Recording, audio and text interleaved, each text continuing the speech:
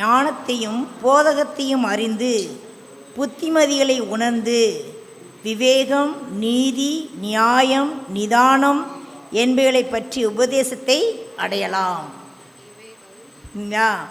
இப்போ ஞானம் எங்கே இருக்குதுன்னா தேவனுடைய போதகத்தில் தான் இருக்குது. இப்போ இன்றைக்கி நான் போதிக்கிறேன் அப்படின்னா இந்த போதகத்தில் ஞானம் இருக்குது. அடுத்தது புத்திமதி ஒருத்தர் சொல்கிறாரு அப்படின்னா அந்த புத்திமதியில் என்ன இருக்குது? ஞானம் இருக்குது. நியாயம், நீதி, விவேகம், நிதானம் இவை எல்லாம் இந்த போதனைக்குள்ளே என்ன செய்யப்பட்டிருக்கு? இருக்குது. இந்த பைபிளுக்குள்ள வார்த்தைகள் இருக்கு இல்லையா, அந்த வார்த்தைக்குள்ளே என்ன இருக்குது? ஞானம் இருக்குது. ஞானம் வேறு எங்கேயும் போய் ஞானம் தேட வேண்டிய அவசியம் இல்லை. அப்போ அந்த ஞானத்தை நம்ம கையில் வச்சுக்கிட்டே என்ன செய்கிறோம்? நம்ம சுற்றிட்டே அலைகிறோம், எங்கெங்கேயோ சுற்றுறோம். எனக்கு அங்கே போனால் ஞானம் கிடைக்கும். ஒரு இடத்துல போய் 3 நாளாக உட்காந்த இடத்துல அப்படியே உட்காந்துருந்தா, இமயமலையில் போய் உட்காந்துருந்தா எனக்கு ஞானம் கிடைக்கும்னு என்ன செய்கிறோம்? யோசிக்கிறோம். போகிறாங்க. யோசிக்கிறது மாத்திரம் இல்லை, நிறைய பேர் என்ன செய்கிறாங்க? போகிறாங்க. ஆனால் இதற்குள் என்ன இருக்குது? ஞானம் புதைந்து கிடைக்கிறது. இயேசுவே ஞானமாக இருக்கிறார். இயேசுவே அவரே ஞானம். அதை எப்படின்னு பார்க்கலாம். இன்றைக்கி லூக்கா 2:52 பாருங்களேன். லூக்கா 2 என்ன போடுறவங்க இருக்காங்களா? போடுங்கம்மா.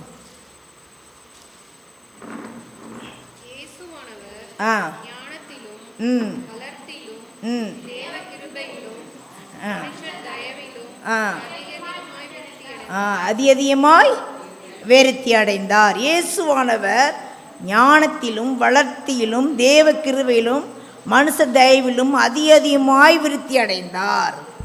அதிகமாய் விருத்தி அடைந்தார். அவர் ஞானம் உள்ள தேவன் இல்லையா? அவரே ஞானம். அவரே ஞானம். அவரிடத்தில் அநேக ஞானங்கள் என்ன செய்யுது? இருக்குது. இப்போ பூமியை படைக்கும்போது கடவுள்னாரு உண்டாயிற்று. கடவுள்னாரு உண்டாயிற்று. அதை இன்ன வரைக்கும் ஆராய்ச்சி பண்ணிகிட்டே இருக்கிறான். அறிவியலில் ஆராய்ச்சி பண்ணிகிட்டே இருக்கிறான். புது புது கதைகள், புது புது ஸ்டோரி சொல்லிகிட்டே இருக்கிறான். தட்டைன்னு சொன்னான், பூமியை தட்டைன்னு சொன்னான். அப்புறம் என்ன செய்யுது? மேலும் கீழும் என்ன செய்யுது? ஒரு மாதிரி இருக்குன்னா. அப்புறம் உருண்டையாக இருக்குன்னா. அப்புறம் என்ன செஞ்சது? ஆப்பிள் பழம் மாதிரி இருக்குன்னு சொன்னான். ஆரஞ்சு பழம் மாதிரி மேலே கொஞ்சம் பள்ளமாகவும் கீழே கொஞ்சம் பள்ளமாகவும் இருக்குன்னு சொன்னான். இப்போ ஆராய்ச்சி பண்ணி, ஆனால் அவர் ஞானத்தினால எல்லாத்தையும் என்ன செய்தார்? ஒரே வார்த்தையில் கடவுள்னா உண்டாயிடுச்சு.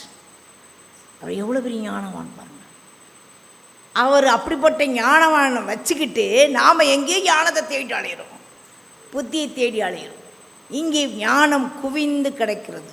இந்த வார்த்தையில் இந்த ஞானம் என்ன செய்கிறது? குவிந்து கிடைக்கிறது. அவர் ஞானவானாக இருக்கிறார். எல்லாவற்றையும் ஞானவான். நம்மளை விட்டுட்டார், கை விட்டுட்டார். அதை நம்ம கை விட்டுட்டு அவரை விட்டு வழியே வந்துட்டோம்.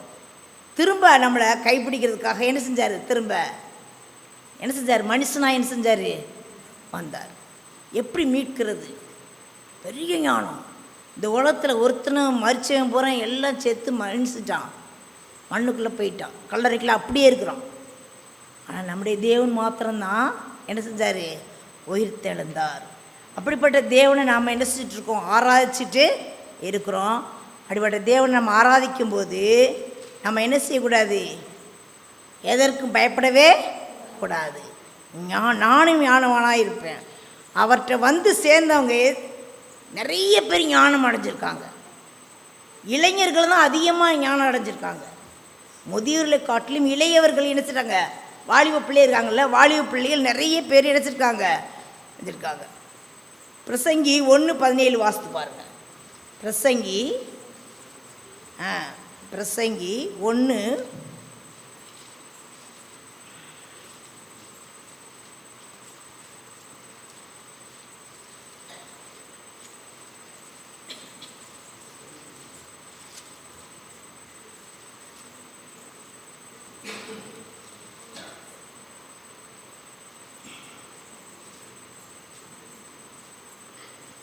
ஞானத்தை என்ன செய்யணுமா? நான் அறிகிறதுமா ஞானத்தை என்ன செய்யணும்? அறிந்து கொள்ளணுமா. ஆமாம், போதும் ஞானத்தை அறியணுமா. ஞானம் அறிஞ்சாதான் உன்கிட்ட என்ன பைத்தியம் இருக்கிறதுன்னு என்ன செய்யும் உனக்கு தெரியும். இப்போ சிலர் காரியங்களை பண்ணும்போது ஐயோ தப்பாக பண்ணிட்டோமே அப்படின்னு நம்ம யோசிப்போம் இல்லையா? நிறைய கட்டத்தில் பண்ணுவோம். பண்ண அப்புறம் தான் யோசிப்போம் ஐயோ தப்பு பண்ணிட்டோமே. அப்போ அந்த மதியினத்தை எப்போ ஞானம் வந்தால் தான் புரிந்து கொள்ளவே முடியும், இல்லைன்னா புரிந்து கொள்ள முடியாது. சில காரியங்களை ஆண்டு யார் யாருக்கெல்லாம் ஞானம் தர்றாரு அப்படின்னு பார்த்தீங்கன்னா, கர்த்தருக்கு பயப்படுறவனுக்கு என்ன செய்கிறாராம்? ஞானம் தர்றாராம். கர்த்தருக்கு பயப்படுகிறவனுக்கு ஞானம் தர்றானா. எப்படி பாருங்களேன், யோபு 28:28 பாருங்களேன். யோபு 28:28 ஆண்டவருக்கு பயப்படுவதே ஞானம். ஆண்டவருக்கு பயப்படுதா வேறு ஒன்றும் கிடையாது. நீங்கள் ஆண்டவருக்கு பயந்துட்டீங்கன்னா அங்கே உங்களுக்கு ஞானம் வெளிப்படும். எல்லாத்துலேயும் நீங்கள் என்ன செஞ்சுருவீங்க? கேர்ஃபுல்லாக இருப்பீங்க. ஆண்டவர் பயப்ப உங்கள்கிட்ட இல்லைன்னா நீங்கள் எல்லாத்துலேயுமே பைத்தியக்காரன் மாதிரி என்ன செய்வீங்க? இருப்பீங்க. மதியீனனாக இருப்பீங்க. கீழே விழுவீங்க, மறுபடியும் எழுவீங்க, கீழே விழுவீங்க, மறுபடியும் எழுவீங்க. ஆனால் நீங்கள் கர்த்தருக்கு பயப்படுறதை நீங்கள் தெரிந்து கொண்டால் உங்களுக்கு ஞானம் என்ன செய்யும்? வரும். ஞானம் வந்துருச்சுன்னா நீங்கள் பொல்லாப்பை விட்டு விலகிடுவீங்க, தீமையை விட்டு விலகிடுவீங்க. நீங்கள் இப்போ செய்ய வேண்டிய காரியத்தை கரெக்டாக என்ன செய்வீங்க. இப்போ மூடன் வேணும்னே போய் சிக்கலில் போய் மாட்டிக்கிறவானாம். பைபிளில் இருக்குது. மூடன் போய் வேணும்னே தலையை கொண்டு போய் எங்கே விட்டுருவானா? சிக்கலில் கொண்டு போய் என்ன செய்வானா? விட்டுருவானா. அதிலெல்லாம் மாட்டாமல் வரணும்னா நமக்கு என்ன வேணும்? ஞானம் வேணும். அந்த ஞானம் எங்கே இருக்குது? கர்த்தருக்கு பயப்படுற பயத்தில் இருக்கு. கர்த்தருக்கு பயப்படுங்க. ஒரு காலத்தில் செருப்பை போட்டு என்ன செய்ய மாட்டான்? கோயிலுக்கு முன்னாடி நடக்கவே மாட்டான். கையில் எடுத்துக்கிட்டு அவன்கிட்ட கடந்து போய் அப்படி போடுவான். ஒரு காலத்தில் இருந்தது. ஒரு காலத்தில் பாவம் செஞ்சனா எங்கே வர முடியாது? சர்ச்சுக்குள்ளே வர முடியாது, கோயிலுக்குள்ளேயே வர முடியாது. ஆனால் ஆண்டு இப்போ நமக்கு என்ன செஞ்சிருக்காரு? ஃப்ரீயாக கொடுத்துருக்காரு. எப்படின்னா, நீயும் நானும் என்னவாயிட்டோம்? தகப்பன் பிள்ளை ஆகிட்டோம், அண்ணன் தம்பி ஆகிட்டோம், சகோதரர் ஆகிட்டோம் இல்லையா? சகோதரர் ஆகிட்டோம், பிள்ளை ஆகிட்டோம், சரிங்களா? சிநேகிதராகிருக்கோம். இப்படிப்பட்ட நமக்கு உறவுகளில் இருக்கும்போது நம்ம யாருக்கு பயப்படணும்? ஆண்டவருக்கு பயப்படணும். அப்படி இருந்தால் கூட ஆண்டவருக்கு பயப்படணும். அப்படி இருந்தால் கூட என்ன செய்யணும்? ஆண்டவர் அவர் ஞானம் உள்ளவர், ஞானத்தை உடையவருக்கு நம்ம என்ன செய்யணும்? பயப்படணும். அப்படி பயப்படும்போது நமக்கு என்ன வரும்? ஞானம் அப்போ தான் ஆரம்பிக்கும். கர்த்தருக்கு பயப்படுறது தான் ஞானத்தின் ஆரம்பம் இருக்கு. நீ முதல் ஆரம்பத்தை நீ பண்ணாதான் அந்த ஞானம் இடத்துல விளங்கும். உன்னை பார்த்து பக்கத்தில் உள்ளவங்களாம் பார்த்து பயப்படுற வரைக்கும் நீ என்ன செய்யலாம்? அந்த ஞானத்தை கற்றுக்கொள்ளலாம். ஞானம். அடுத்தது, நல்லவனுக்கு ஞானம் தர்றாராம் ஆண்டவர். நல்லவனுக்கு பிரசங்கி 2:26 பாருங்க. பிரசங்கி 2:26. பிரசங்கி 2. தேவன் தமது பார்வைக்கு நல்லவனாயிருக்கிறவனுக்கு ஞானத்தையும் அறிவையும் இன்பத்தையும் அளிக்கிறார். அப்போ மேலேருந்து பார்க்குறாரு. சொல்ல, நான் மறைச்சி தானே செஞ்சேன், ஆண்டருக்கு என்ன செய்யாது? தெரியாது அப்படின்னு நம்ம என்ன செய்ய முடியாது? சொல்ல முடியாது. ஆண்டு எல்லாரையும் பார்க்குறாரு. நல்லவன் யார், கெட்டவன் யார், கெட்ட புத்தியில் இருக்கிறவன் யார், எல்லாத்தையும் ஆண்டு என்ன செய்வார்? நல்லவனுக்கு என்ன கொடுக்குறாராம்? ஞானத்தை தர்றாராம். அது ஞானம் மாத்திரம் தரல, என்ன தர்றாராம்? அறிவையும் இன்பத்தையும் என்ன செய்கிறாராம்? ஆமாம். நாம் நினைக்கிறோம் ஒரு அரை மணி நேரம் டிவி பார்த்தா இன்பம் வருதுன்னு. அரை மணி நேரம் கழிச்சு என்ன வரும்? பிரச்சனை வரும். திரும்பவும் வரும். அது மாதிரி இப்போ நமக்கு நல்லவனுக்கு என்ன செய்கிறாராம்? ஞானத்தை தருகிறார். அவருடைய பார்வைக்கு நல்லவனாக இருக்கிறவனுக்கு அவர் என்ன செய்கிறாராம்? ஞானம் தருகிறார். அடுத்து நீதிமானுக்கு ஞானம் தருகிறார். நீதிமானுக்கு நீதிமொழிகள் 2 எடுத்து வாசிங்க. நீதிமொழிகள் 2:7. அவர் நீதிமானுக்கென்று மெய்ஞானத்தை வைத்திருக்கிறார். பார்த்தீங்களா? நீதிமானுக்கு மெய்ஞானம் கிடைக்குமா? மெய்ஞானம் என்னது? பரலோகத்துடைய எல்லா ஞானமும் அவனுக்கு என்ன செய்யும்? கிடைக்கும்.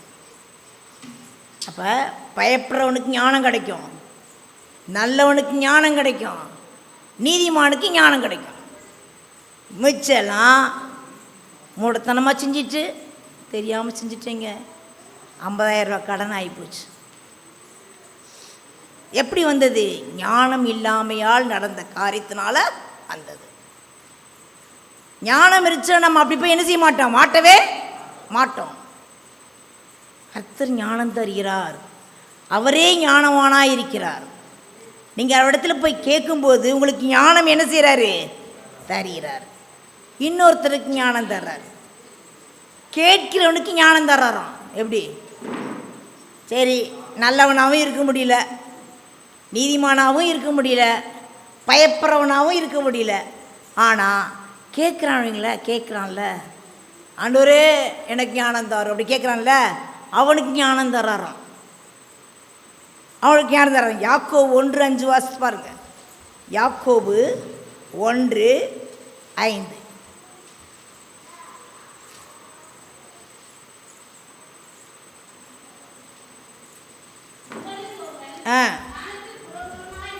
இருந்தால்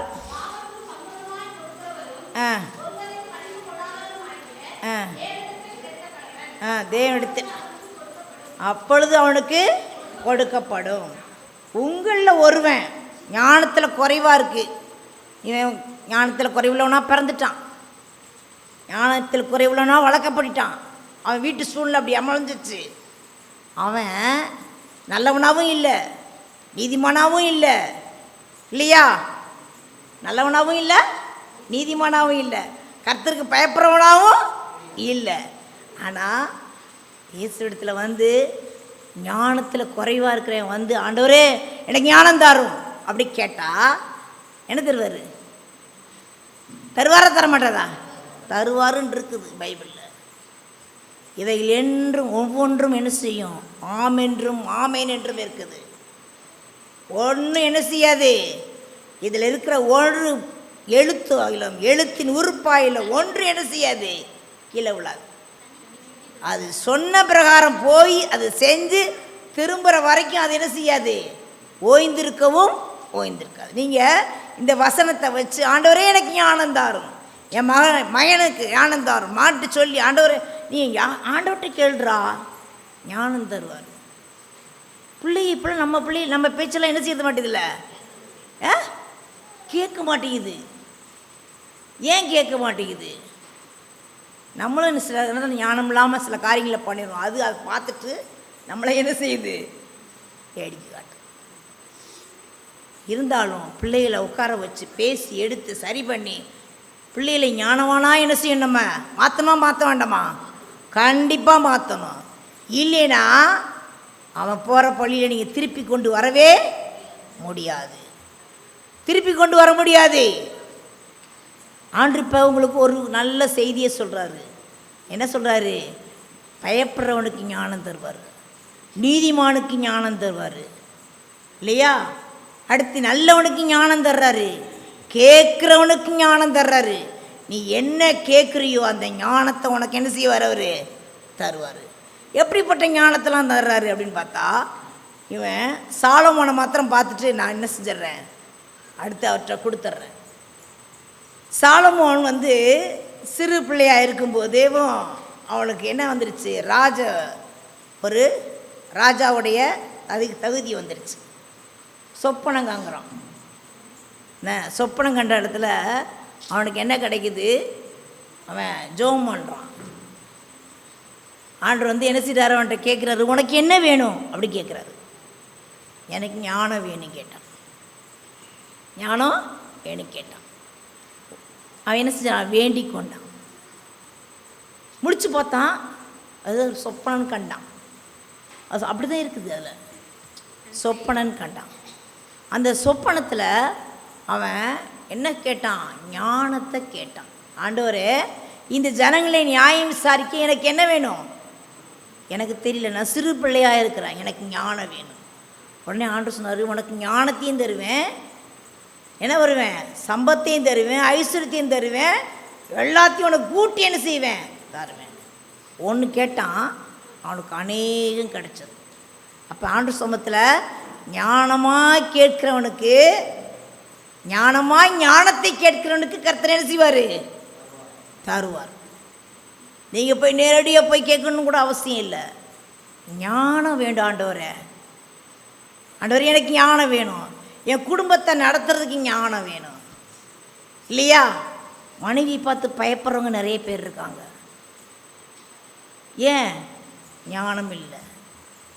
ஞானமாக செஞ்சுருந்தால் அது பயப்பட வேண்டிய அவசியமோ இல்லை. புருஷனை பார்த்து பயப்படுறவங்க நிறைய பேர் இருக்காங்க. ஞானமாக நீ நடந்துட்டு அங்கே பயப்பட வேண்டிய அவசியம் இல்லை. பிள்ளைகளை வளர்க்க வேண்டிய விதத்தில் வளர்க்குறதுக்கு என்ன வேணும், ஞானம் வேணும். அது எங்கே இருக்குது, பைபிளில் இருக்குது. எங்கே இருக்கு, யார் தர்றா, இயேசு கிறிஸ்து என்ன செய்கிறாரு, ஞானத்திலும் என்ன செய்த வளர்ந்தவர் நமக்கு ஞானத்தை என்ன செய்கிறாரு, தர்றாரு. நீங்கள் அது அறிந்து ஆண்டவரே எனக்கு ஞானம் தாரும். 2010 அந்த சிட்கோ நகர் இருந்த ஒரு வீட்டை என்ன செஞ்சிட்டேன், விற்றுட்டேன். ஒரு பெரிய பிரச்சனை,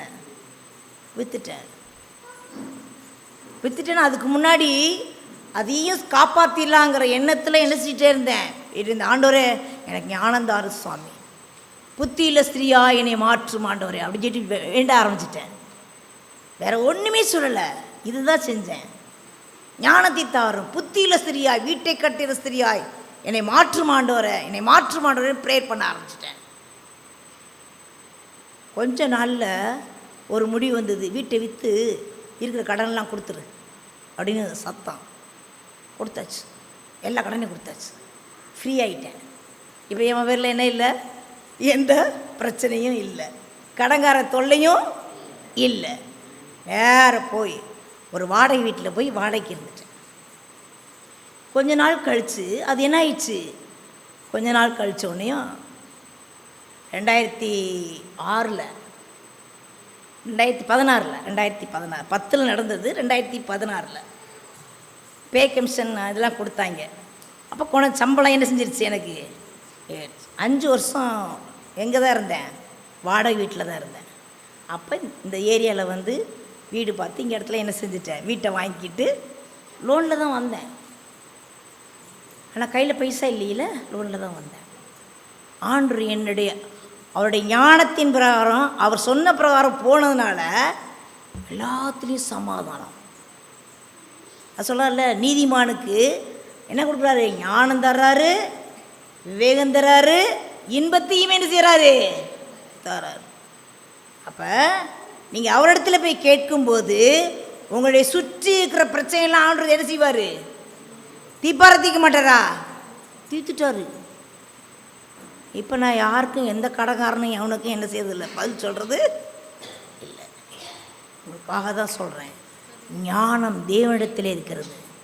தேவனிடத்தில் நீங்கள் என்ன செய்யுங்க, அவர்கிட்ட போய் கேளுங்க. அதே மாதிரி தானியேலுக்கும் ஞானம் இருந்தது.